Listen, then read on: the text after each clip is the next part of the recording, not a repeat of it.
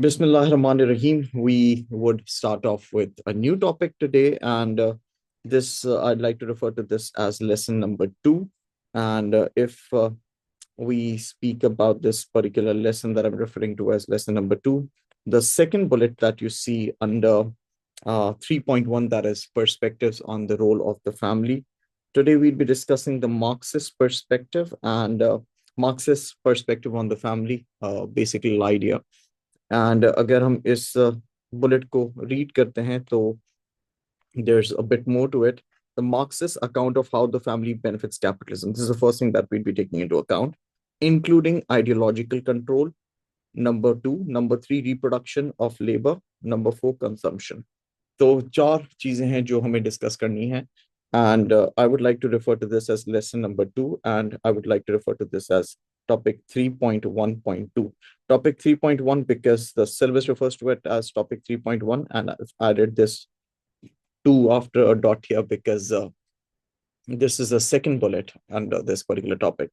Why is it that I find it necessary to, this mentioning the syllabus right at the beginning of the lesson would help you keep a track, and this would give you, this would help you understand where we are, and it would help you in terms of understanding the syllabus and keeping a track when it comes to preparing for your CI examination as well.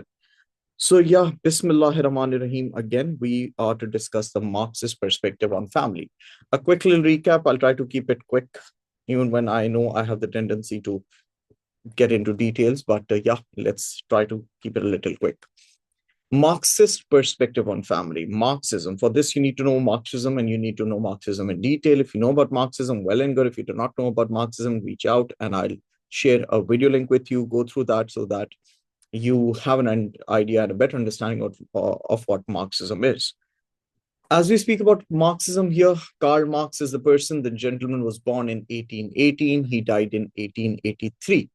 Do we need to remember these dates? No, we do not need to remember these dates. One. Number two, as we speak about the Marxist perspective here, I'm mentioning the dates here because I would want you all to know that whatever the theory is, whatever the set of ideas, whatever this gentleman believed in, is something that came from him good 140 years ago. तो वो किस हद तक आज applicable है या नहीं है, that might be questionable, but nonetheless, before we start scrutinizing, before we start gauging, before we start evaluating, before we start criticizing someone, it's better that we understand what the theory is about or what the perspective is trying to explain us. Okay? So as we speak about Marxism, to begin with, Bismillahirrahmanirrahim, Karl Marx, born 1818, died 1883. According to Karl Marx, our society comprises of two major groups. On one end, we have the bourgeoisies. On the other end, we have the proletariats. Bourgeoisies are the people who own means of production. Remember, this gentleman died in 1883. तो उससे पहले की बात हो रही है. So according to him, the society comprises of two distinctively different groups. On one end, we have the bourgeois. On the other end, we have the proletariats. Bourgeoisies are the people who rich, the rich, the powerful, the elite. And B for bourgeoisie, B for boss, like I keep on putting it, because this I feel would help students keep a track and learn better. And P for proletariat, P for poor. Karl Marx claim करता है कि society में दो fundamentally different group के individuals exist करते हैं. एक bourgeoisies हैं, the rich, the powerful, the elite, the people who actually owned means of production, the people who owned means of production as in factories, ठीक है, industries. And एक तबका हमारे पास ये है, that's one social strata of the society. And on the other end, we have the proletariats. Proletariats are the poor, the working class, the labor class, a layman, a common man. ठीक है. According to Karl Marx, the rich, despite of the factor that they're a tiny minority, the rich continue to exploit the proletariats. Despite of the fact that they're a tiny minority, the rich continue to exploit the proletariats. And as I say, they continue exploiting the proletariats. What I actually mean is they would make the proletariats work the most and pay them the least. And if you, a factory owner, if you're making someone pay the most and pay them the least, ज़्यादा काम करा रहे हैं, कम पैसे दे रहे हैं, तो आप उन्हें exploit कर रहे हैं. And the proletariats, they, on the other extreme, they don't own anything. They're factory workers, they're labor workers. All they have is their talent, their skill, their manual labor. and इसी manual labor के जरिए ये इनका जरिया मुआशे, they work and their wage owners. So two fundamental groups within a society, the bourgeoisies, despite of the fact that they're a tiny minority, they continue to exploit the proletariats. According to Karl Marx, this continuous exploitation, a time would come when these proletariats, they would all unite together, stand up against the wealthy bourgeoisies, and they would bring in a revolution. So Karl Marx predicted a revolution. Karl Marx ne claim kiya tha ki society mein ek revolution aayega, a revolution that would bring the capitalist system to an end. Capitalism is an economic system. You might as well Google this. Capitalism is an economic system. Society mein by and large hamare paas capitalism hai. Almost all the countries in this world, they are capitalist countries, and capitalism ka ek major trait in a capitalist system, I mean, if I put it in a super simple manner, the rich keep on getting richer and the poor keep on getting poorer. And yeah, so Karl Marx predicted a revolution. The question that rises over here is: have we had any such revolution as yet? No, we have not. Another concern over here is: does that mean we can invalidate Karl Marx's theory? No, we cannot invalidate his theory either, because he did not specify कि इस particular I'm sorry, he did not specify कि इस particular date तक revolution आएगा. Had he specified तो हम कह सकते थे कि ठीक है, Karl Marx गलत है, लेकिन उसने specify नहीं किया. And more so, according to Karl Marx, the rich, the powerful, the elite, that is the bourgeois, they not only own means of production, they're not only economically powerful, they're ideologically powerful as well, because they own almost everything. They pretty much have the power, control, and influence over all the structures that are there within a society as well. तो क्योंकि bourgeoisies का control है बाकी सारे structures के ऊपर, they very successful maintain false consciousness. And what does this word false consciousness over here mean? According to Karl Marx, the rich, the powerful, the elite, they ensure that the proletariats are kept under an impression that the life they're living is the best possible life that they can live, which again, and they keep on convincing the proletariats through these different structures that the proletariats are getting what they deserve. So why is it that they do this? Because the bourgeoisies wouldn't want anyone to stand up against them. And if anyone stands up against them, of course, it's not just anyone. These proletariats, they are a majority. And if the majority stands up against you, you're in trouble, which would eventually bring the capitalist system to an end. So Karl Marx claimed bourgeoisies, to the best of their capacity, they try give proletariats false consciousness. False consciousness, in other words, they do not realize that they're being exploited. आप revolution के लिए तो तब खड़े होंगे ना जब आप ये रियलाइज करें आप एक्सप्लॉइट हो रहे हैं. अगर आप ये रियलाइज ही नहीं कर पा रहे कि आप एक्सप्लॉइट हो रहे हैं, तो you would consider everything to be okay the way it is. In other words, you'd be supporting the status quo, or in other words, you'd be okay with the status quo. So a tiny little idea about Marxism. Let me add a little more to this, and then I hop on to my actual topic. According to Karl Marx, one such structure that helps one such structure or one such institution that helps the capitalist system, or that helps the bourgeoisies, is the family. And according to Karl Marx, family as a structure, family as an institution, ends up benefiting the capitalist system. Yes, you heard me right. According to Karl Marx, family as a structure, family as an institution, works towards benefiting the upper class. Family as a structure, family as an institution, works towards supporting the capitalist system, either knowing or without knowing, intentionally or otherwise, but they end up doing that. अब family भी वो institution है जो कि एक proletariat को false consciousness में रखता है. और अगर प्रोलिटेरिएट फॉल्स कॉन्शियसनेस में रहेगा, प्रोलिटेरिएट कभी भी बोर्जवाजी के खिलाफ खड़ा नहीं होगा.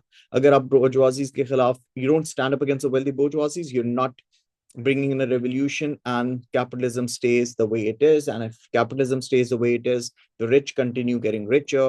The capitalist the capitalist economic system stays stable, and everything is amazing just for the bourgeoisies.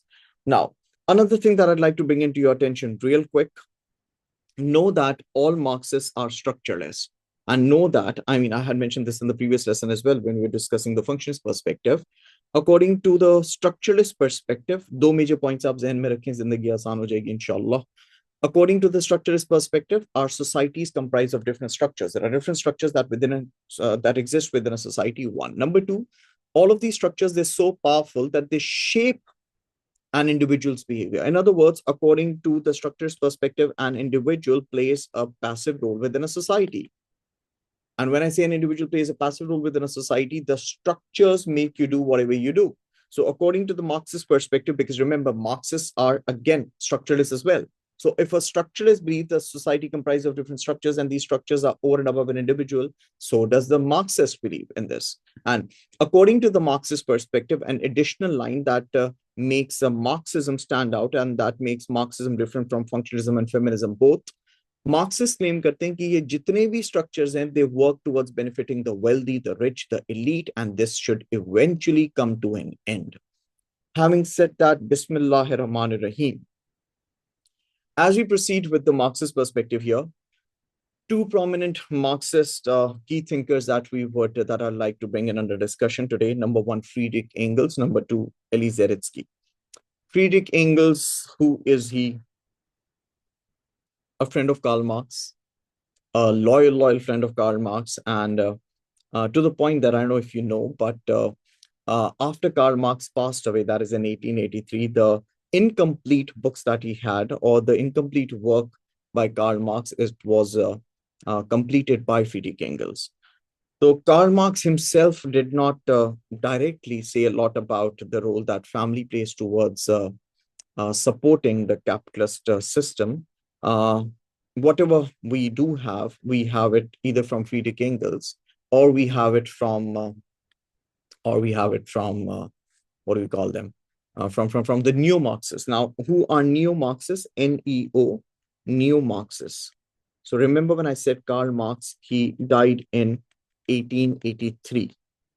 1883 ke baad neo-Marxists or the newer Marxists, right? As we speak about neo-Marxists over here, the idea is that these people, they follow Marxism. I mean, there are certain issues, there are certain stances they hold which make them different from traditional typical Marxists, but yeah, nonetheless they're Marxists, right? So they're a newer version of Marxism.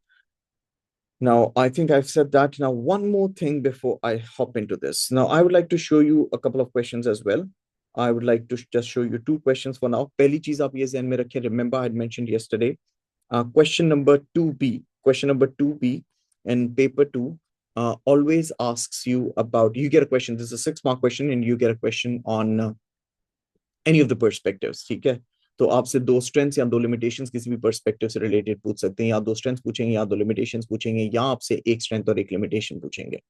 And so these are the few perspectives that you should be familiar with. And especially when I talk about feminism, I'd be in a position to explain this in detail later.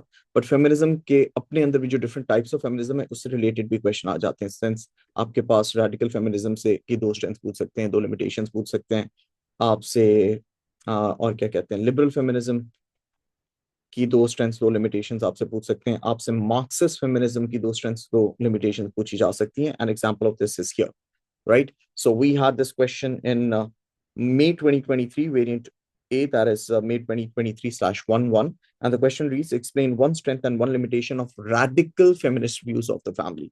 इसी तरीके से आप आगे चलते हैं तो ये direct question आपके पास मार्क्सिज्म में भी है. In May June 2023 variant B, you had a question and the question reads, explain two strengths of Marxist, oh sorry, that's a Marxist feminist view. So, and in May June 2023 variant C, you have a question, this is strictly on Marxism. Explain two limitations of the Marxist views on the family. So knowing this is important. One. Another question or a concern that students have at this point is, do we only get a 6-mark question on these perspectives? No, of course not. You can get a 26-mark question on this as well. And you already do have a question that we had in May, June 2023, variant A, that is /11. And the question reads, evaluate the view that the main role of the family is to serve the needs of capitalism. And this question is, of course, on Marxism. So you could get a 4-marker, you could get an 8-marker, you could get a 6-marker, you could get a 10-marker, you could get a 26-marker too. Knowing this is essential. Moreover, In the last lesson, if you remember, we were discussing the functionist perspective on family. If you're getting an evaluative essay question on that, तो उसके counter argument में भी आप Marxism के बारे में लिख सकते हैं, उसका antithesis में भी आप मार्क्सिज्म के बारे में लिख सकते हैं. तो अब let's begin. Bismillahirrahmanirrahim. Friedrich Engels. Engels, what his views are on family, the bourgeois, and private property. Now, according to Friedrich Engels, who was a friend of Karl Marx and a Marxist, of course, according to Engels, our society has evolved. I mean, we all know our society has evolved. There was a time we had primitive communism to the point that we have societies the way they are today. एक time ऐसा था आपके पास initially hunter gatherer groups थे. From hunter gatherer groups then came pastoral societies, agrarian societies, cottage industry, industrialization, modernization, and then post modernity. As we speak about if we go back in time and we talk about history here, Engels speculated that the history of humanity could be divided into two main eras. Friedrich Engels साहब कहते हैं कि अगर आप humanity की history उठा के देखते हैं, फ्रीडिक एंगल्स साहब कहते हैं कि अगर आप ह्यूमैनिटी की हिस्ट्री उठा के देखते हैं तो आपके पास फैमिली को आप दो मेजर पार्ट्स में डिवाइड कर सकते हैं, पार्ट्स में कहें या eras में divide कर सकते हैं.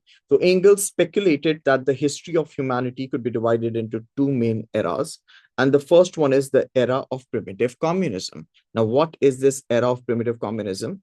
As we use the word primitive communism here, primitive communism is a way of describing gift economies of hunter-gatherers throughout history, where resources and property hunted or gathered are shared with all members of a group in accordance with the individual's needs. So going back in time, these people, they would hunt, they would gather, they would eat. And of course, if they're hunting and gathering and eating, back then, I'm sure you do understand, they did not have refrigerators. And if you're hunting and gathering, I mean, you'd eat, you'd consume whatever you can consume, and the rest you would share with people from your tribe. Yeah, that makes sense here. So Friedrich Engels, I had seen his picture. This is the gentleman Friedrich Engels. I mean, he looks a little messier here. So this is Friedrich Engels, and this gentleman, that's Obama. I don't know why he's there. So this is again Karl Marx, and this is Friedrich Engels. And Engels was born in 1820, and he died in 1895. Not that you need to learn this, but yeah, it's good if you have an idea. So yeah, now that I've opened this, I see a marking scheme over here as well. We had this question May, June 2021, variant 2-3. This is a 26 mark question, but we get back to this when required. So getting back to Friedrich Engels, according to Friedrich Engels, Engels speculated that the history of humanity could be divided into two eras. Angles कहता है कि जनाब आप history, humanity की history उठा के देखते हैं तो आप उसे दो एराज में डिवाइड कर सकते हैं. पहले को ये कहता है the era of primitive communism, और दूसरे को ये कहता है the era of capitalism. The era of primitive communism and the era of capitalism. Now, as we speak about the era of primitive communism here, Engels claimed that during the early stages of human evolution, there was no private property, and the family as we know it today did not exist. That makes a lot of sense. Human beings lived in promiscuous hordes or tribes. There were very few rules limiting sexual relationships, and marriage as we know it today also did not exist. Children were brought up by the whole tribe rather than parents. So let me explain this to you now. So for the first thing that needs to be kept in mind over here is, according to Friedrich Engels, if we go back in time, if we have a look at the history of humanity, we see that the history of humanity can be divided into two different eras. Initially, we speak about the era of primitive communism, the days when families, the way we see families today, did not exist. People would, human beings would live in promiscuous herds or tribes, and promise hordes, or in other words, there was no rule or regulation that would limit sexual relationships. And of course, if there are no rules and regulations that would limit sexual relationships, that in other words means you would eventually not be sure, or as a consequently, you wouldn't be sure about the paternity of a child. Until and unless, I re-say this, until and unless there are rules and regulations that limit sexual behavior of human beings or sexual relationships, you cannot with certainty know that no, but the father of a child, and or like I said, the paternity of a child cannot be identified with certainty. I mean, go back in time, right? We're not talking about today. We're not talking about, I mean, today with technological advancement today, because we've advancements in the medical sciences and sciences otherwise as well. We have DNA. That's just one way to figure it out. And going back in time, we did not have this option. This is what Engels is trying to explain us. And back then, it didn't really matter either. It didn't really matter because individuals did not have any private property. Initially, like I said, you would hunt, you would gather, you would eat, end of story. You sleep, the next day you repeat the same thing again. And it didn't really matter because children were brought up by the whole tribe rather than the parents themselves. आपके पास कोई surplus wealth नहीं थी, आपके पास कुछ extra नहीं था. To the point that अगर आप कुछ hunt करते थे, extra भी hunt करते थे, तो if you put it in a lighter on a lighter note, क्योंकि आपके पास रेफ्रिजरेटर्स नहीं थे, आप जो खुद खा सकते थे खाते थे, बाकी अपने ट्राइब्स वालों के साथ शेयर करते थे. एक्स्ट्रा होता होगा तो किसी और को दे देते होंगे, क्योंकि आप कुछ भी अपने पास प्रिजर्व नहीं कर सकते थे, और आपके पास कोई प्राइवेट प्रॉपर्टी नाम की तो चीज थी नहीं. Like I said, they did not, there was no such concept of surplus wealth. There was nothing extra that was there.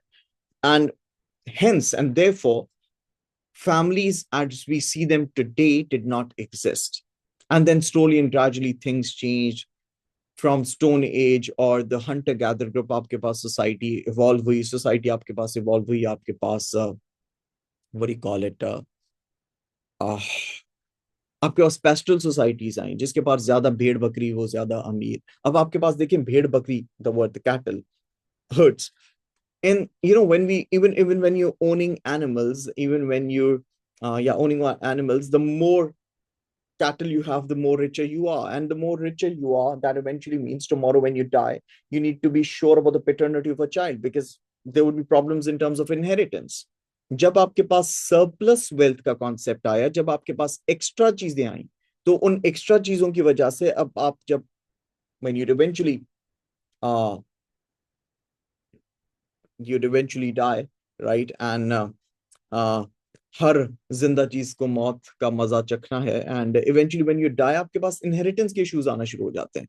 तो to solve these issues of inheritance, see, when I say to solve these issues on inheritance, what I mean is we're talking about rich people.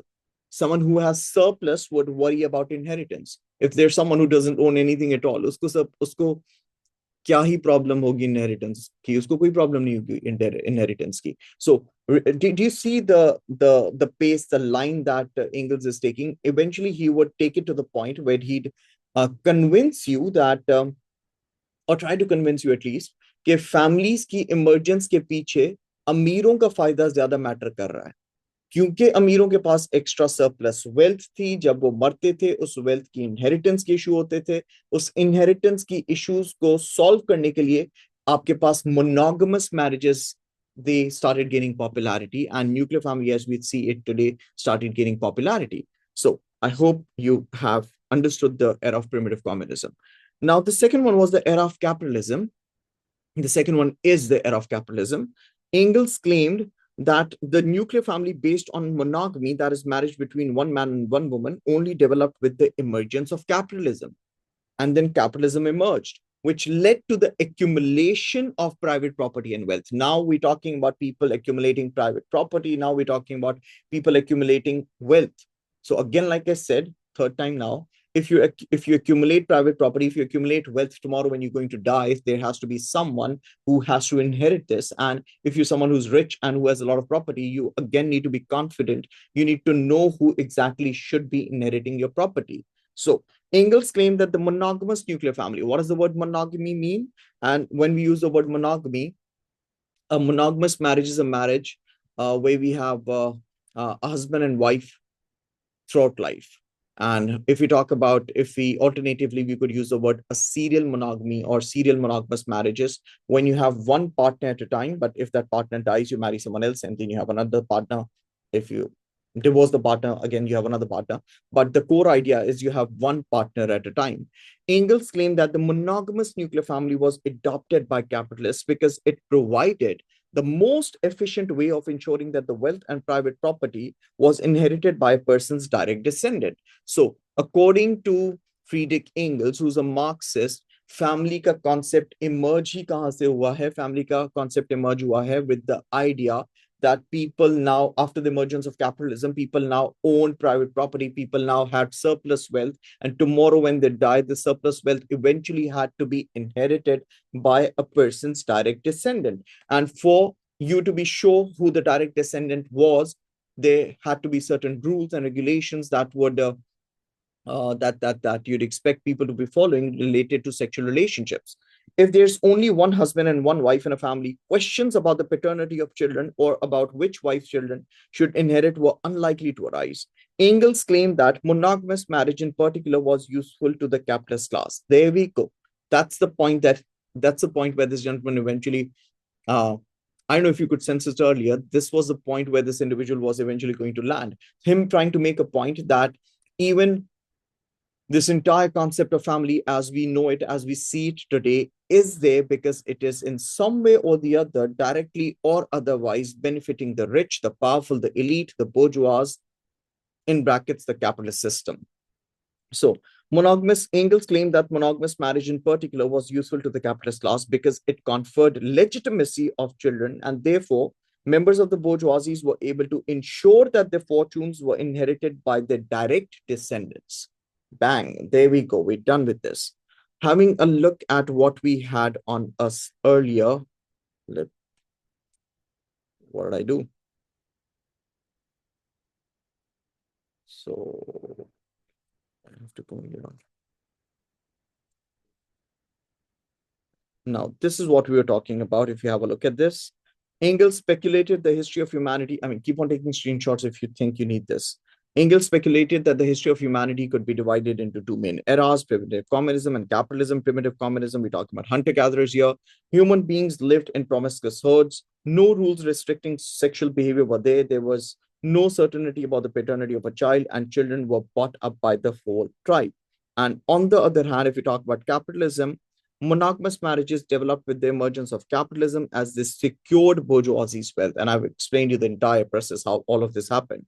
Monogamous nuclear family ensured that wealth and private property was inherited by direct descendants. Bang.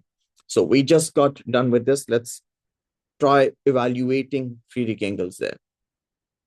Now, if we scrutinize this idea, if we evaluate this, see, when we're using the word evaluation, you are expected to have a look at both sides of the debate. And I mean, let's try to look for some points that support Engels' claims, and let's try to look for some points that go against Engels' claims as well.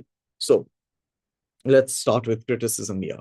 There's evidence present. Okay, now keep in mind, according to Friedrich Engels, as capitalism emerged, this led to eventually this led to the popularity, or this led to the development of nuclear family, and later on the popularity of nuclear family. Okay, so according to Friedrich Engels, who's a Marxist, capitalism आई थी, capitalism के बाद आपके पास nuclear family ने nuclear family develop होना शुरू हुई और कैपिटलिज्म के बाद न्यूक्लियर फैमिली ने पॉपुलैरिटी गेन करना शुरू की. ठीक है, but if we have a look at the flip side of the coin, we still have evidence present that shows us that nuclear families existed before capitalism as well. So, if we don't get this, angles कहता है पहले capitalism आया, capitalism की वजह से nuclear family I. लेकिन अगर हम गौर करते हैं, हमारे पास आज एविडेंस है, जिस एविडेंस से हमें पता चलता है कि कैपिटलिज्म से पहले भी न्यूक्लियर फैमिली एग्जिस्ट करती थी. One. Number two, feminists criticized Engels for his claims about the era of primitive communism. Now, it was a speculation. Remember, we kept on using the word speculation. Feminists criticized Friedrich Engels about his claims about there being an era of primitive communism. Now, let's talk about points in support of this as well. There was a social anthropologist with the name Kathleen Go. She supported Engels' claims, as she claimed that, I mean, she did find evidence, or through her work, she did come to a conclusion that promiscuous sexual relationships did exist during primitive communism. So we have, on one end, we have evidence that, shows us how there used to be nuclear families even before capitalism. And on the other hand, we also have evidence that shows us how how these promiscuous relationships, as Mr. Friedrich Engels claimed they existed during primitive communism, they were there too. So we have uh, evidence in support of this, and we have evidence against this as well. There we go. We are done with Friedrich Engels, and I tried showing you this, showing the content that I was showing you that was from the. I mean, that was not from the book. That is actually the book, and that is the purple book, the book that we typically refer to as the purple book, and it's a student book that is published by Collins, and I personally like this book because I think there's more of detail and it helps the student understand better. अगर आपने shortcut मारना है तो उस shortcut के लिए आपके पास एक और किताब भी है जो कैम्ब्रिज endorsed है again, and you would come across, I mean, this is that blue book. This is page number, where's the page number written? This is page number 87, and where did Friedrich Engels go? So they chose not to write down about Friedrich Engels. How is that possible? That doesn't make sense. So, I mean, why do we not have Friedrich Engels? So we don't see him here.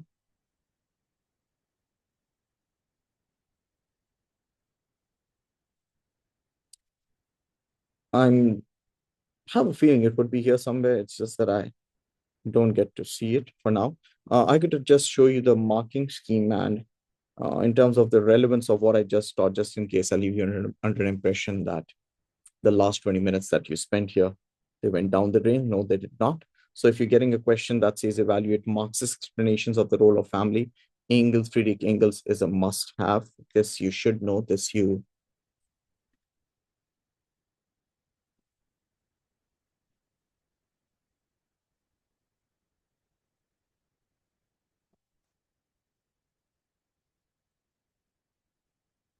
So yeah, I know the books.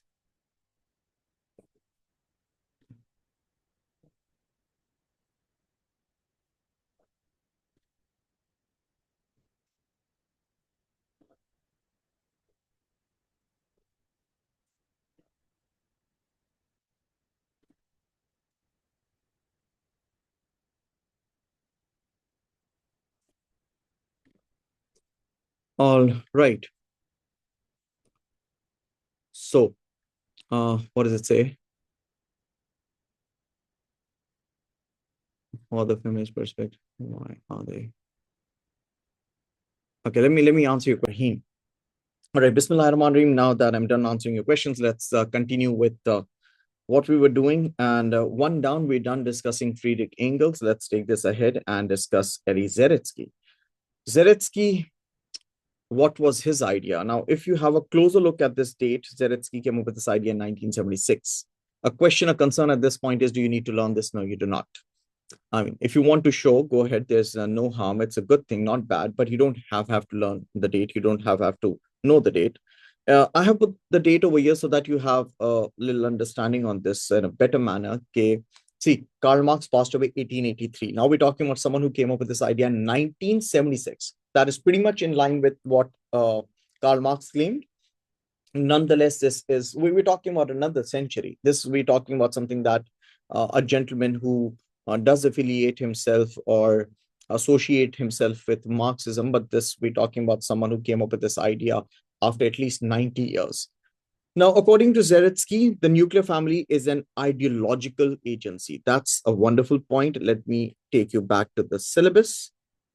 So Marx's account of how the family benefits capitalism. Now I'm showing you the syllabus, the legit syllabus from the CI website. This is an extract of it, including ideological control. अब हम उस ideological control को cater कर रहे हैं. As I teach Zaretsky, I'm catering to that particular part of the syllabus.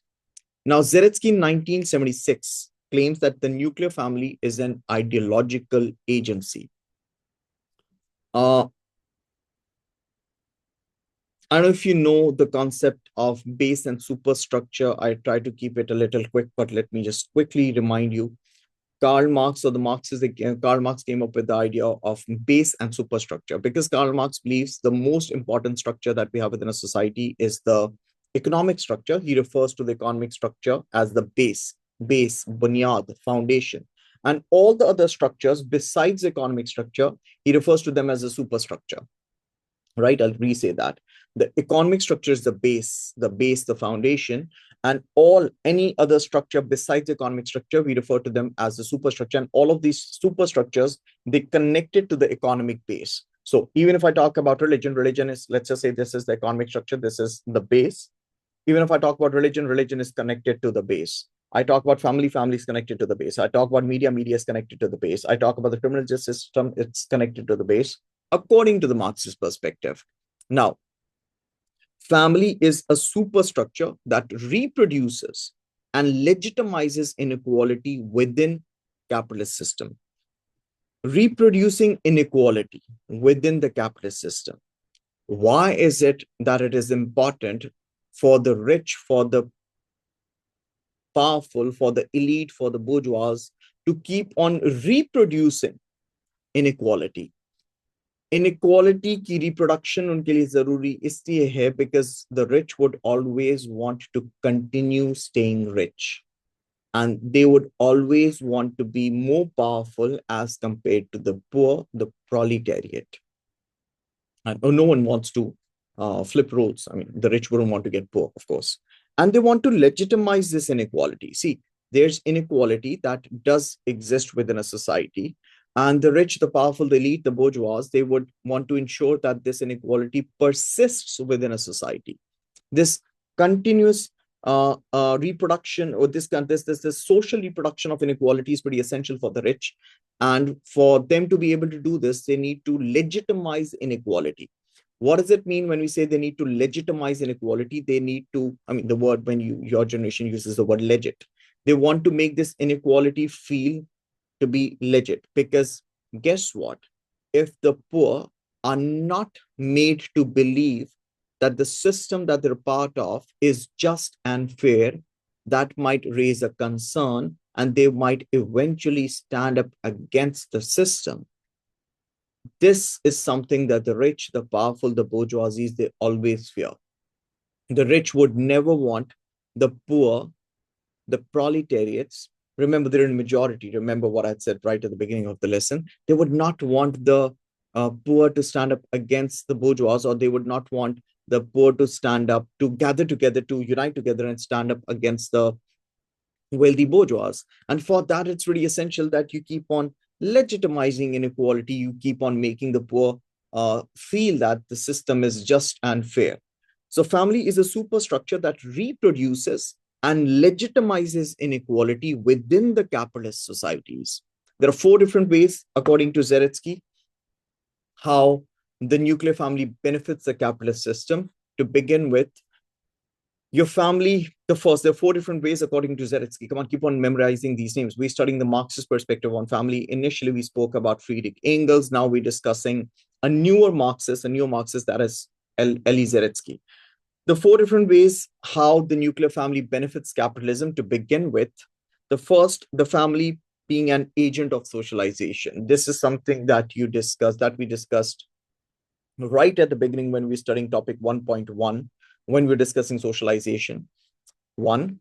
And this is something that we discussed in the last lesson as well, when we're discussing the functions perspective on family. And I think by now, everyone does have an idea that our families play a very important role. Our families play a very important role when it comes to our socialization process. Our families socialize us. And I mean, families are the focal, the core agency that socializes us. And it wouldn't be wrong if we say our socialization process starts right from home. Family as an agent of socialization. You know what? Your family teaches you to be obedient. Your family teaches you to be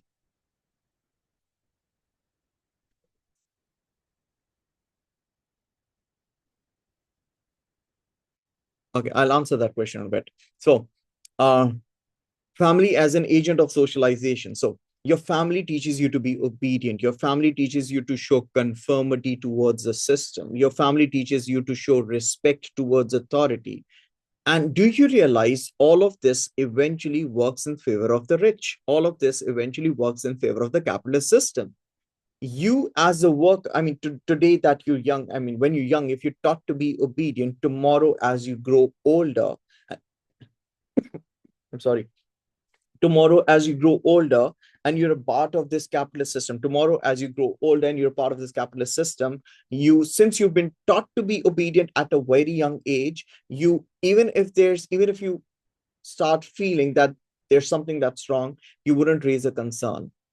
You would continue being obedient, and this obedience was taught to you, this obedience was instilled in you, this obedience was internalized in you during your socialization process. And guess what? The socialization process starts at home through primary socialization. So through obedience, one, showing conformity or saying yes to the norms or accepting the norms and values, that the norms, the values, the traditions, the customs that are there within a society, even to the point that is showing respect towards authority.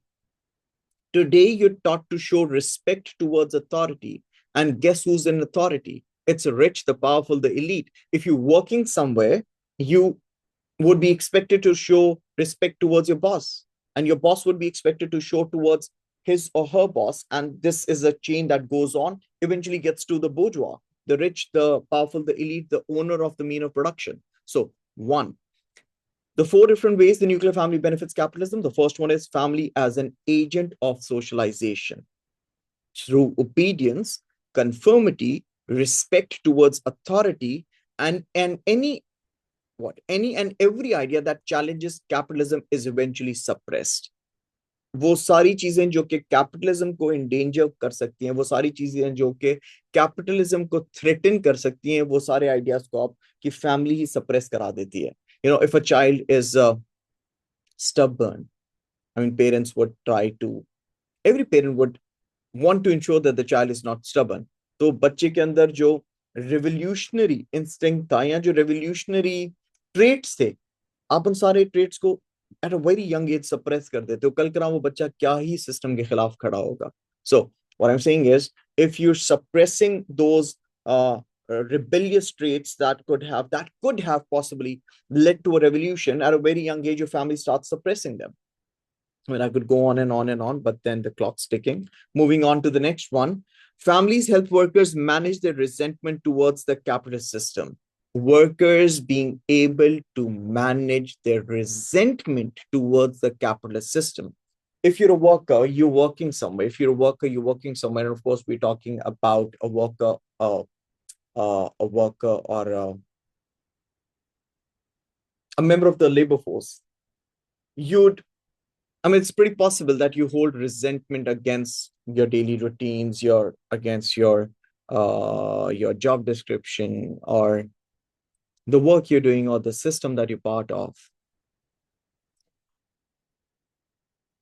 According to Zaretsky, families, they help workers manage their resentment. How is it that they're helping workers manage their resentment? From a very young age, let's not talk about that. I'll give you another example. So what happens is, let's just say if I am a worker at a factory and I feel that there's something that's not right, I feel like, oh, the system is being a little too unfair, I feel like I'm being exploited. At the same time, and I really have concerns, I might not stand up and raise my concerns. I might not raise my concerns because I would not want to threaten my income. I know for a fact there's a family that I need to feed. I know for a fact that there are people who are financially dependent on me, which might keep me from standing up against the system, even when I feel the system is being unfair, even when I feel the system is being unjust, even when I feel the system is exploiting me. Says who? Zaretsky, not me. So families help workers manage their resentment towards the capitalist system. A worker would not engage in actions which threaten their income. We have a reference over here as well. According to Paynon in 1984, Ford Company, the automobile company, Guardian Ford jo banati hai, Ford Company only employed married people. This is a little funny, but yeah. Ford Company only employed married people in 1980s because they were assumed to be less likely to take strike action. So in other words, they're trying to say married people, they're little too puss and They wouldn't stand up against the system. They wouldn't stand up against the system because they wouldn't want they wouldn't want to threaten their income, and which was one reason why the Ford company, they only employed married people, because they believed that married people, they're less likely to stand up to call for a strike or stand up against the system. One. Number two, a feminist with the name Fran Ansley.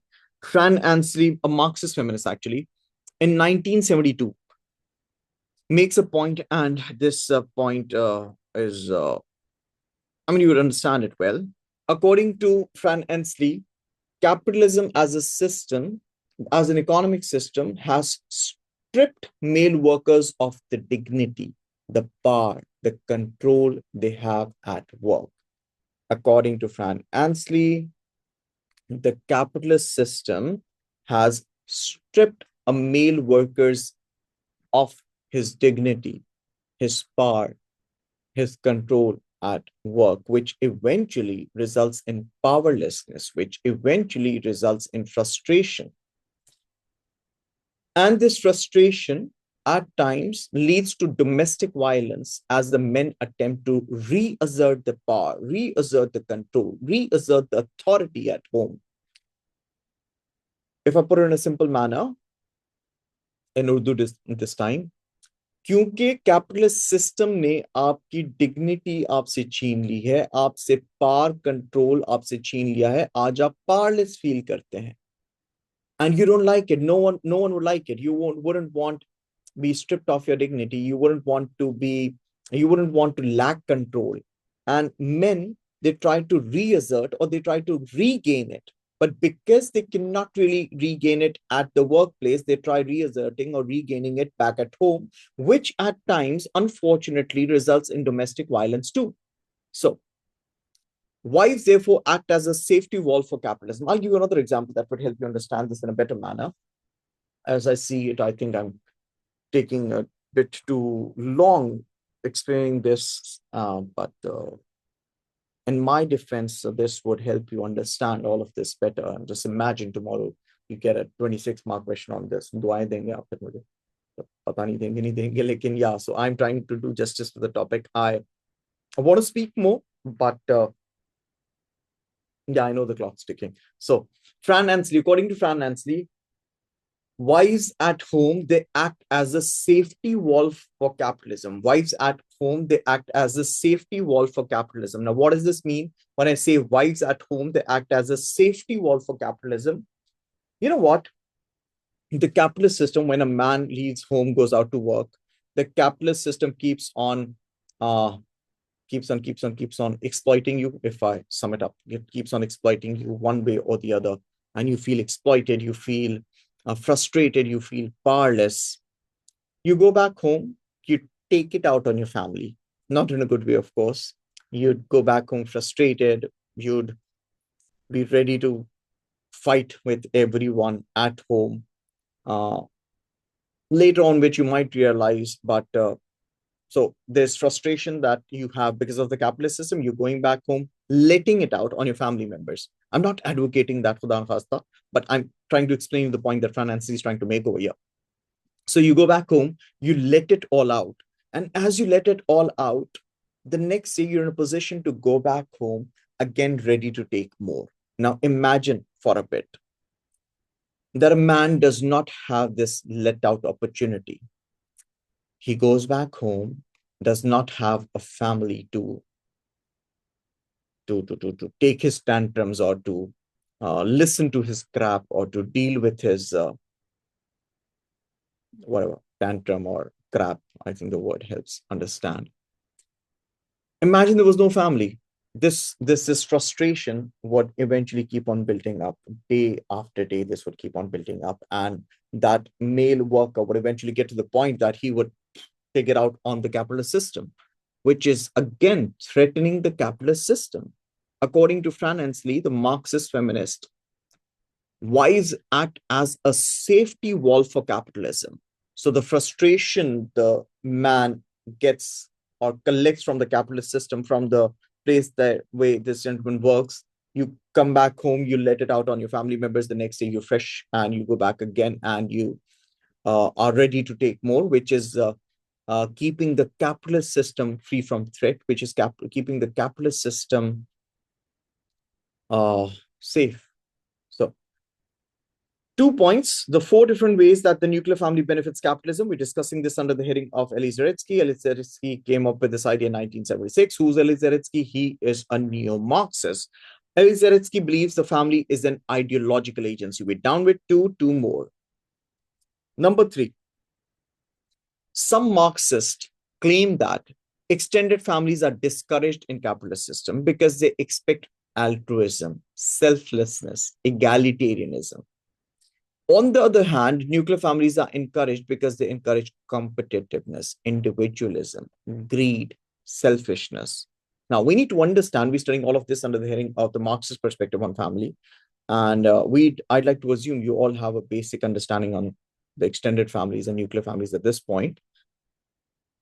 Some Marxists claim that nuclear families are encouraged within the capitalist system because these nuclear families, they have traits, or these nuclear families, they have, I think the word trait for now, I don't think this is the best word, but yeah, that's a word I can think of right now. So these nuclear families, they have these traits such as competitiveness. A capitalist system requires competitive people. A capitalist system requires these workers to compete with each other.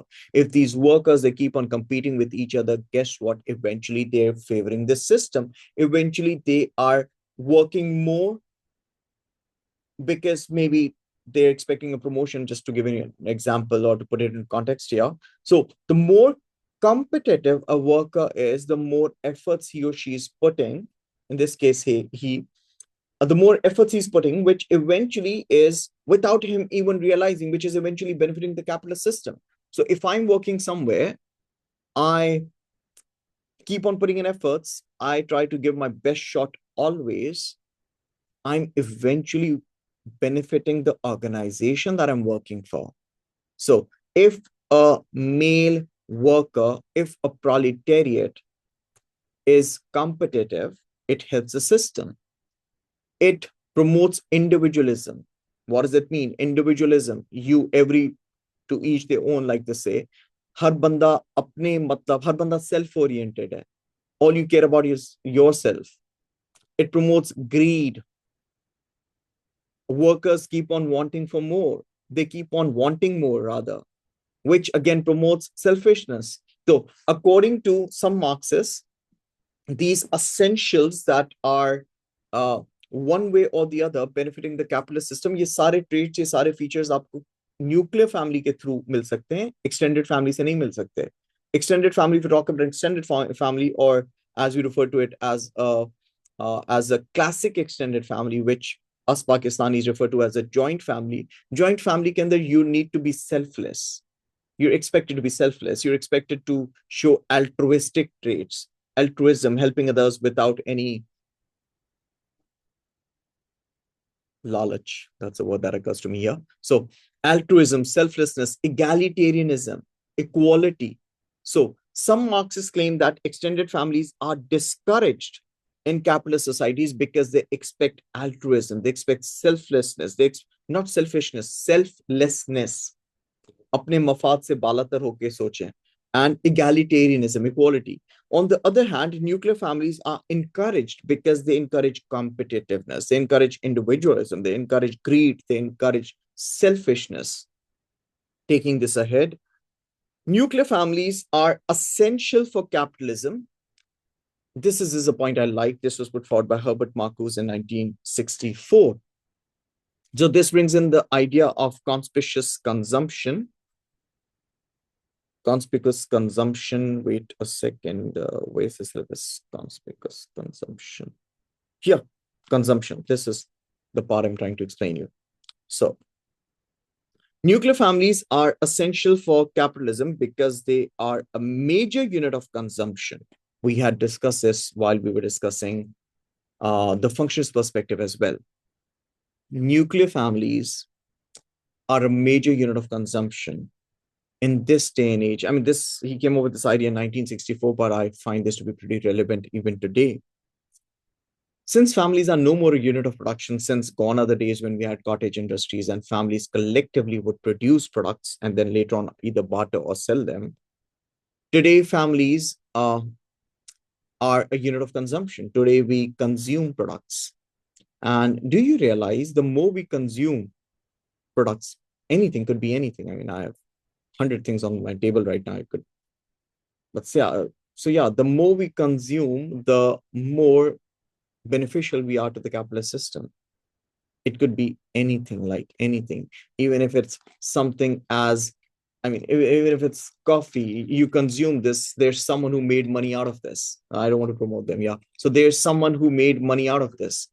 It could be anything, like anything. There are dozens of things that I have in front of me. So the more you consume, the more the more you consume, the more you're motivating the capitalist system, the more you're motivating entrepreneurs, the more you motivating business people, people from the business acumen, you're actually benefiting them, which is eventually benefiting the capitalist system.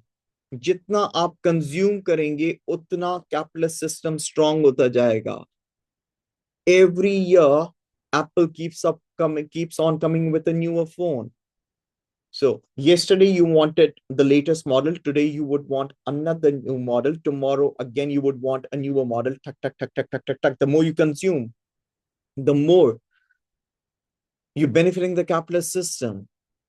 The more you're spending, the more you're wanting to earn. The more you're wanting to earn, the more efforts you eventually have to put in. The more efforts you eventually try to put in you, the more efforts you eventually put in, the more you're benefiting the capitalist system. It works like a vicious cycle. This keeps on going on and on and on, which doesn't look like it would ever come to a stop. मतलब कयामत आएगी, the sooner we realize, the better it is. But yeah, if we talk in terms of Marxism and purely sociology here, specifically if I refer to Herbert sorry, nuclear families are essential for capitalism because they are a major unit of consumption of the products produced by capitalism. See, Steve Jobs, the founder of Apple, he wasn't, he did not come up with iPhones for himself. He did not come up with iPhones for his kids, not only for his family. So when manufacturers, they're manufacturing products, they're manufacturing with the intent of selling those products, with the intent of selling those products and making more and more of money out of them. This consumption keeps workers distracted from their exploitation. I'd like to use this line over here, which would make it a little easier for you to understand and remember it for longer. छोटी छोटी खुशियों, हम इन छोटी छोटी खुशियों के चक्कर में मेहनत करते रहते हैं without even realizing there's someone who is benefiting out of it, without even realizing that there's a system that is operating, which is by no means at all in our favor. So a common man, a layman, of course, like I had initially mentioned, Karl Marx passed away in 1883. It's been over 140 years. But yes, to some degree or the other, this is still relevant. And nuclear families are essential for capitalism because they are a major unit for consumption of the products produced by capitalism. The consumption keeps workers distracted. Today, as a student, you would want to, I mean, as you age, आपकी ख्वाहिशात change होती रहती हैं, and today you'd probably want the latest gadget. Today you'd probably want, I mean, things that attract you today. When you were younger, there were different things that would attract you. When you were young, the choo-choo shoes would attract you. As you grew older, there were other things that attracted you. And slowly, gradually, at every phase of life, there's something or the other that you feel attracted towards, that eventually motivates you towards putting in effort and working in a almost robotic manner, to the point that you start feeling alienated. I mean, that's another Marxist concept that I don't want to step into for at the moment. So this consumption keeps workers distracted from their exploitation. Why is it important that the workers stay distracted from their exploitation? It is important that these workers stay distracted from the exploitation because The day they realize they're getting exploited, this false consciousness converts into class consciousness. And when a bunch of people realize they're getting exploited, they wouldn't sit and wait. They wouldn't sit and watch themselves being exploited. They'd stand up. And if they stand up together, it would bring the capitalist system to an end. And the rich, the powerful, the elite, they would by no mean at all want the capitalist system to come to an end. So it works in the it works in the favor if they keep the workers distracted, promote them, give them more of money so that they could buy more of products that you produce, either you produce or any other business person produces. So keeping the unjust capitalist system threat free. According to Marcuse, the profitability of capitalist system depends on the family spending money on false needs. Uh, Soon, maybe in 10 years' time, you'd realize that changing your phone every year doesn't really matter as long as whatever you have is working, as long as it's doing what it should be doing, you don't need to change it unless it gives up. And the word false needs over here, the word conspicuous consumption here, or when you're consuming just to show, when you're consuming so that from wearing branded clothes to fancy, what do you call them, trend setting shoes to fancy branded handbags worth almost 500,000, if not more, to having the best of gadgets. These are all false needs. And through advertisement, through the media. Now, guess who controls the media? The rich, the powerful, the elite.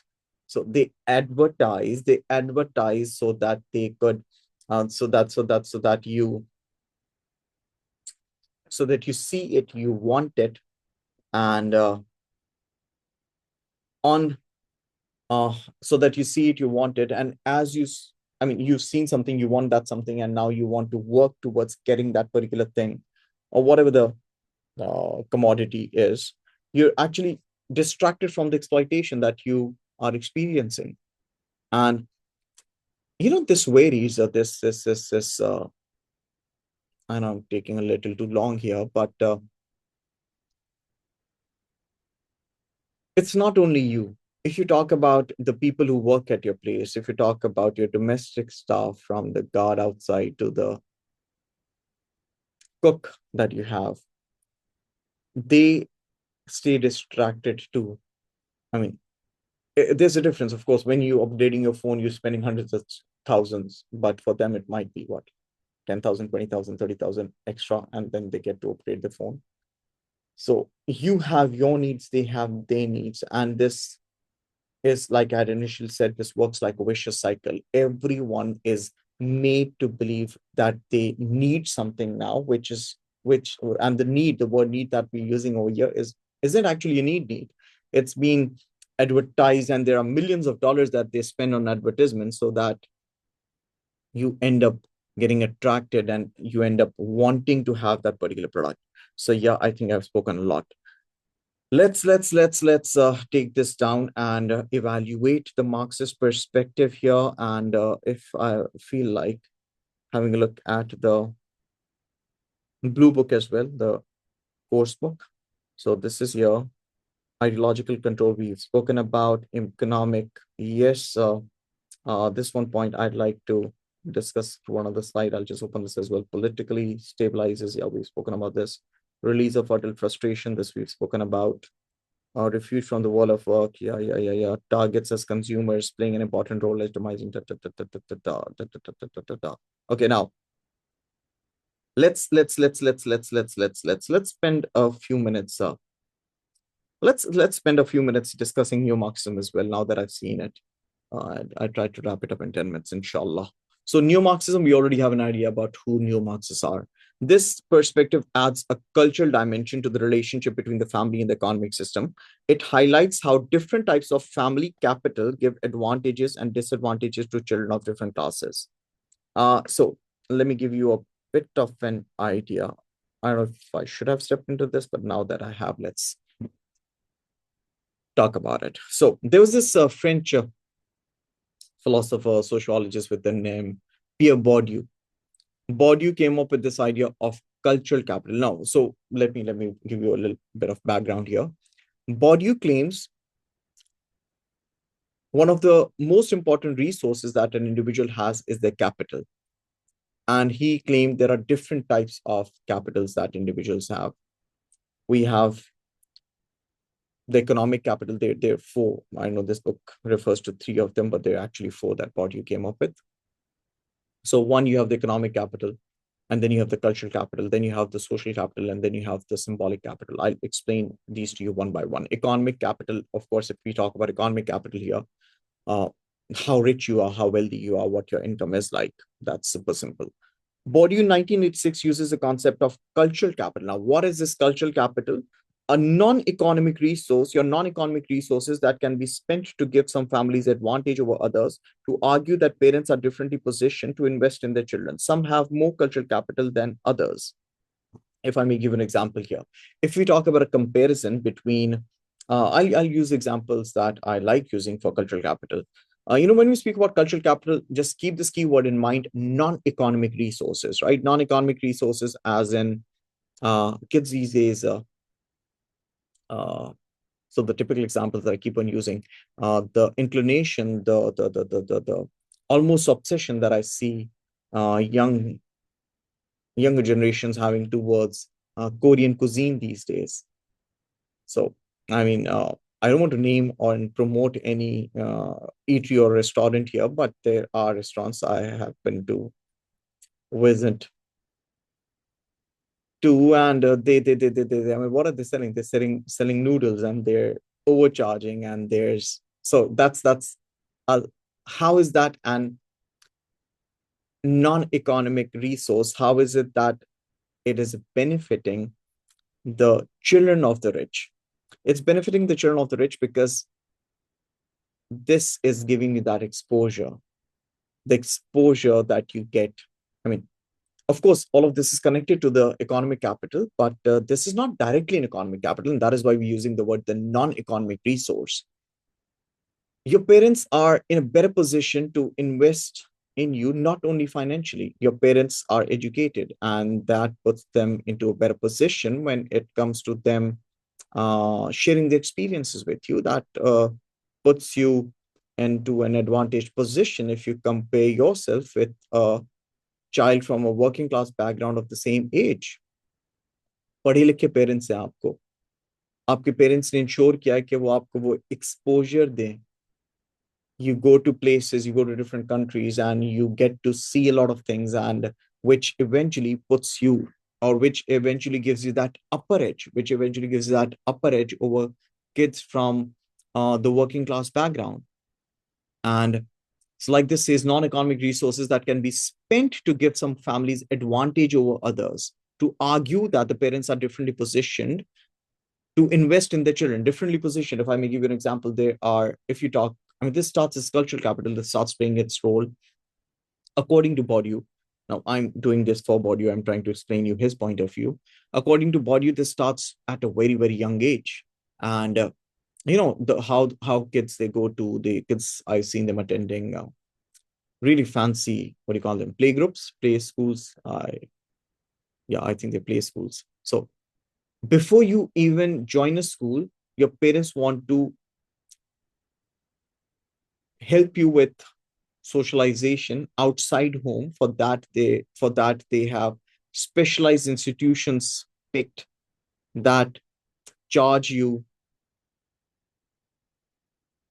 enormously, charge your parents enormously. And what they're doing is, and you all, I mean, even in Karachi, there are a lot of them, and these institutions, they would apparently give your child that extra push, give your child that extra push. And how is it that this extra push would help you? This is going to help you because tomorrow when you step into school, you'd be in a better position. You'd have that upper edge over a child from a working class background. I'll give you a simple example. I know I tend to get carried away when it comes to sociology, but let's do it. uh yeah, so I've seen Pakistani parents. These days, parents, they speak or they converse or they communicate with their young children in English. English is not a mother tongue. And from a very young age, I've seen parents communicating with their children not in the native language but in English. How is this helping the child? This is helping the child because tomorrow when the child steps into school, the child would be able to communicate with the teacher better. Today, if you see how young kids, before they even start attending school, they know the alphabets, they know straight from A to Z, they can converse in English. They, because of this exposure that they have to the television and the internet and iPads these days, these kids, they parents, they do, I feel it's still a rat race, but that's my opinion again. And parents that keep on giving you more and more and more, just so that when you start school, you have that upper edge, you have that extra push right from the beginning. And this extra push that you have right from the beginning eventually helps you be more successful as compared to the pupils, as compared to the pupils who do not have that extra push. So Silva and Edwards in 2005 argue that middle and upper class parents are better able to equip their children with the knowledge and skills necessary for an easy change transition to the workplace that working class parents. Bourdieu argues that cultural capital operates through the family to give some children a head start. That was the word I was using trying to explain you. Because parents can motivate the children by passing on the attitudes and knowledge needed to succeed educationally. Number two, we speak about social capital. What is social capital? Norms of reciprocity, and the way I put it, the social networks you have. Tomorrow, if you want to go, what do you call it? Tomorrow, if you want to do internship somewhere, it's probably just a call away. Your father, your mother, they just use their contacts. This social networking, because your parents, they belong to a particular social class, they know people from that particular social class, they're better connected, and these connections, they're a resource too. You have them. The question is, does a child of your age from the working class background have them? No, it does not. No, he or she does not. So the norms of reciprocity, you scratch my back, I'll scratch yours. What people can do for each other. If today your parent is asking for a favor, your parent at the back of his or her mind does know that tomorrow the person they're asking for a favor, they could get back to them and ask for a favor in return. अमीर आदमी ही अमीर आदमी के काम आ रहा होता है, गरीब बेचारा कहाँ रहता है. So capitalist system, social capital is another form of family capital that refers to people's connections within a social network and the value that these connections have for what Putnam calls norms of reciprocity. What people do for each other. As Cohen and Prusik in 2001. Now, I'm saying this again. You don't need to learn all of these names. Just understand this. You can do very well by just mentioning social capital only if you want to use this in your answer. You don't have to learn all of these names. I know what I'm saying. And I've spent 2 decades doing all of this. Stop pressurizing yourself. Learn how to put to use the knowledge that you've gained in a manner that the CI is expecting you to put it to use. Let's not just have lists down and start rote learning these names or these theories. I mean, learning these names or theories and not being able to put them the way they should be put is of no use. A better option then is to not use them at all.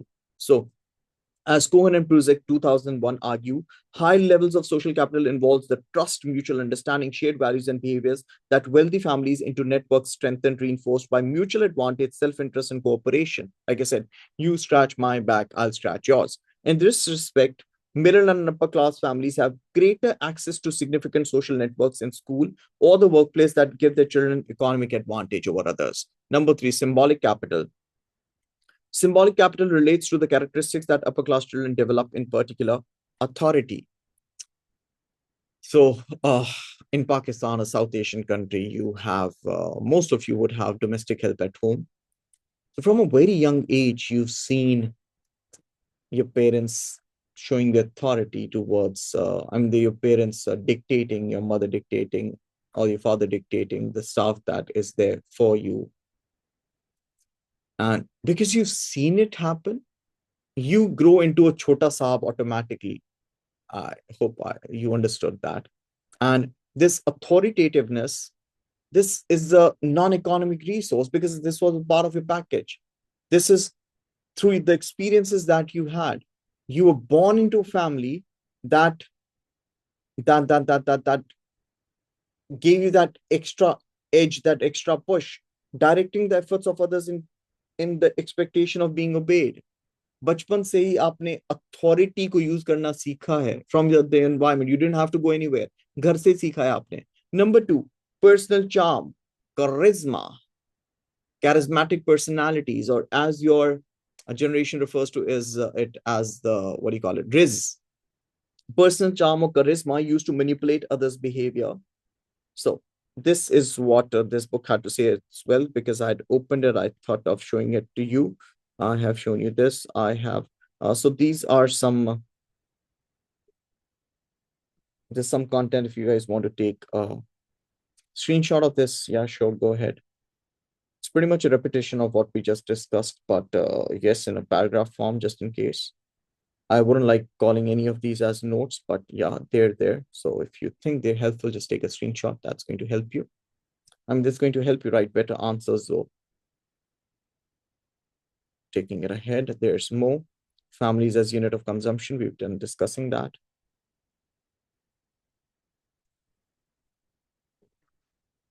Taking it ahead, we evaluated the Marxist perspective as well.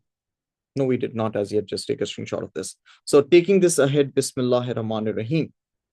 Now, one more thing. See, we spoke about the Marxist account of how the family benefits capitalism. We're done with that. We spoke about ideological control. We spoke about consumption. We did not speak about reproduction of labor in a very clear manner. So let's just quickly do this as well. And where did it is? So Ali Zaretsky. According to Zaretsky, see, for a capitalist system, to, that's Zaretsky, by the way, for the capitalist system to operate in the way it should be operating, you require this continuous reproduction of labor force. Capitalist system तभी चल सकता है ना जब आपकी labor force continually reproduce होती रहे. So if there are workers in a factory, tomorrow they're going to grow old, tomorrow they're going to retire and eventually die. And your factory would require more of workers. You would require more of workers so that, I mean, you wouldn't want this continuous reproduction of the labor force to come to an end, of course. And a capitalist system always requires future generation of workers. Guess where do these future generation of workers come from? It's through the domestic labor of housewives. एक गरीब के बच्चे का आगे चल के गरीब का रोल प्ले कर, I mean, a proletariat's child turning into a future proletariat, the chances are higher as compared to someone who's rich and powerful and elite, their child turning into a worker. So in 1976, Zaretsky analyzed more recent development in the family from a Marxist perspective. He argues that family in modern capitalist society creates an illusion that the private life of the family is quite separate from the economy. It's not, because you keep on consuming. The capitalist system is based on the domestic labor of housewives to produce future generation of workers. He also believed that the family has become a vital unit of consumption. So वो जो reproduction of labor था, this reproduction of labor, this obedient, workaholic, docile, uncritical, obedient, submissive worker is produced by a proletariat's wife. And guess what? A proletariat's family keeps on they keep on having children. And जब तक वो बच्चा किसी काम का नहीं है, तब तक उसके खर्चे वो प्रोलेटारिएट की फैमिली उठाती है. जब वो बच्चा पढ़ लिख के इस काबिल हो जाता है, पढ़ता नहीं है तो कोई टैलेंट एक्वायर कर लेता है, कोई स्किल एक्वायर करता है, कैपिटलिस्ट सिस्टम उसे फौरन से अपने पास ले लेती है. लेकिन कैपिटलिस्ट सिस्टम कभी भी आपके ऊपर जो कॉस्ट इनकर हुई है उसको पे नहीं करती. They simply start maintaining you. So today when you're studying, when you're financially a liability on your family, the economic system doesn't care. And tomorrow when you get skilled, when you have some talents, when you educated, when you have what it takes to be able to benefit the capitalist system would very selectively pick you, choose you, And the capitalist system would not pay for the cost your parents have been bearing all these years. Ever wondered? You just given enough of money so that you could be maintained. It's more like someone comes and parks a Lamborghini right in front of your gate and asks you to keep on refueling it and putting it to use. So the cost that was incurred in making you who you are today is not paid back by the capitalist system. I mean, I could go on and on and on, but we need to wrap this in another few minutes. The family consumes the products of capitalism, and this allows the bourgeoisie to continue producing surplus value. He further argues that only communism will end the artificial separation of a family's private life and public life.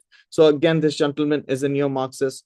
He is again dreaming of a revolution like Karl Marx dreamt of, and according to them, a time would come when all the proletariats would stand up, unite against the wealthy bourgeoisies, and eventually bring in a revolution. So this is where we were. Let's evaluate the Marxist theories and bring this to an end. Bismillahir Rahmanir Rahim. Zaretsky tended to be over-deterministic. When we use the word over-deterministic, what does this mean? Ignoring free will. I mean, जरूरी नहीं है कि सारे के सारे working class parents अपने बच्चों को obedient बनाते हो, docile बनाते हो. I mean, there are some parents, a part of the socialization process involves empowering their children with knowledge of capitalist inequality.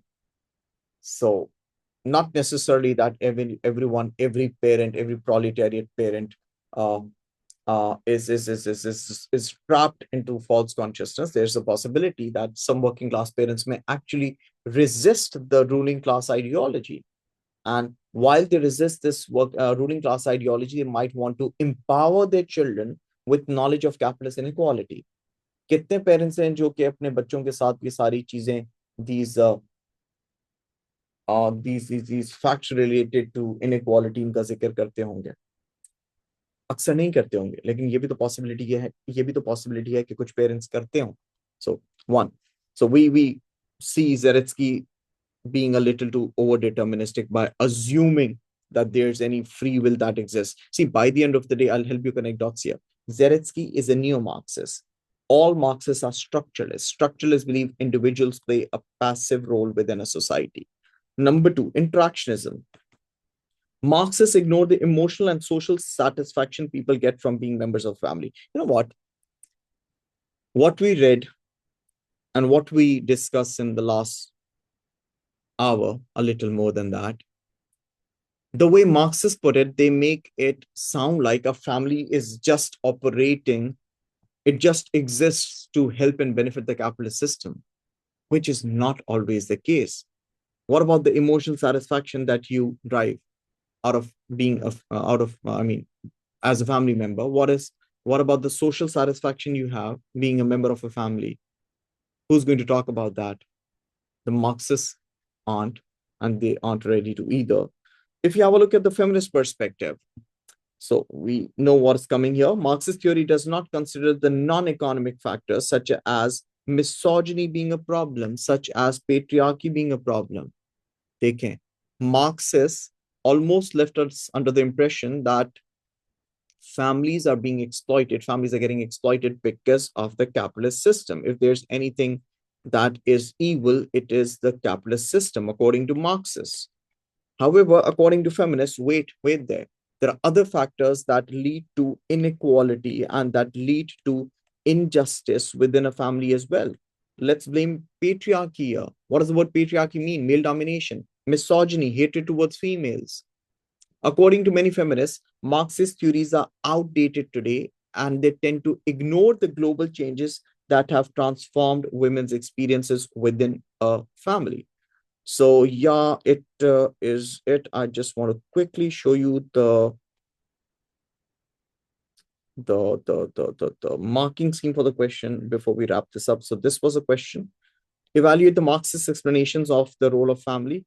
Before I proceed with this, know that whenever you come across a marking scheme, marking schemes just show us indicative content. What does the word indicative content over here mean?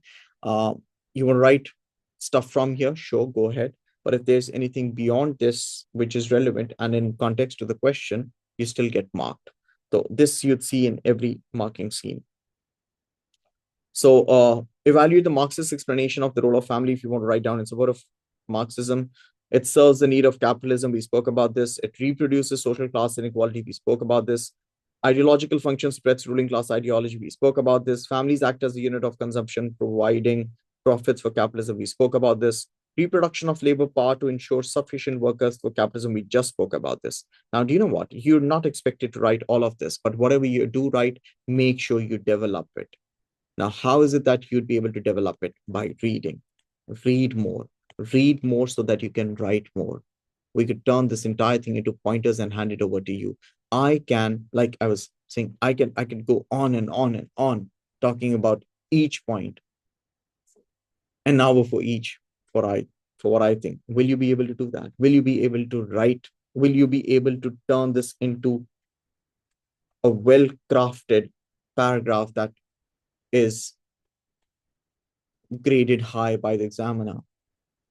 If not, then read. Please read. The more you read, the more you'd be able to reproduce it in a better manner when you sit for examination tomorrow. So we spoke about Friedrich Engels. Okay, one more thing. When kids see this, they'd be like, "Oh, do we need to have all of this in the answer?" No, not necessarily. You could use these, but you don't have to have all of them. Friedrich Engels, we spoke about Althusser, the gentleman who came up with the idea of ISA, ideological state apparatus. We spoke about him in the last lesson, was it? No, we spoke about him when we were discussing topic 1.2. Yeah. So ISA, ideological state apparatus. Family is an example of ISA. We spoke about ideology though. Zeretsky, we spoke about how family is a safe haven for male workers. We spoke about what was the Marxist feminist Fran Anstey, 1972. We spoke about, what did we call it? Families being a safety valve. So structuralism, all Marxists are structuralist. Socialization, we spoke about flaws, class consciousness, we spoke about oppression, we spoke about exploitation, we spoke about alienation. I was about to start this and then I was like, I did not. So, well, okay, wait, let me just complete this. Bourgeoisie, we spoke about proletariat, we spoke about nuclear family, we spoke about. So alienation, now I don't want to just let this be, you know what, uh, us as workers in the, on because we now connect this with Herbert Marcuse here, right? So the idea behind false needs, because we have these false needs, because we keep on wanting more and more and more, this eventually keeps us uh, distracted from the true exploitation that we're experiencing, to the point that we start feeling alienated, or alienated in the sense that we just see ourselves as a mini human, we just see ourselves as human robots. हमें अपना core purpose एक ही नजर आता है, काम काम काम काम काम, ज्यादा काम करना है, ज्यादा पैसे कमाने ताकि हम ज्यादा मटेरियल गुड्स खरीद सकें. And without realizing, the more material goods we're acquiring, the more we're benefiting the capitalist system. So yeah, a proletariat worker gets to the point that he or she, in this case he, starts feeling alienated. I could go on, but I understand you all have to leave as well. So yeah, we are officially done with the Marxist account on how the family benefits capitalism, including ideological control, reproduction of labor, and consumption. So the next, we would be discussing the feminist responses to functionist and Marxist accounts of the family. But we would, I mean, this is just a feminist response to the functionist and Marxist account of the family here. We'd be discussing feminism more as we proceed and we step into 4.1. So the next lesson would not hopefully take this long. And I hope this lesson has been helpful. Thank you.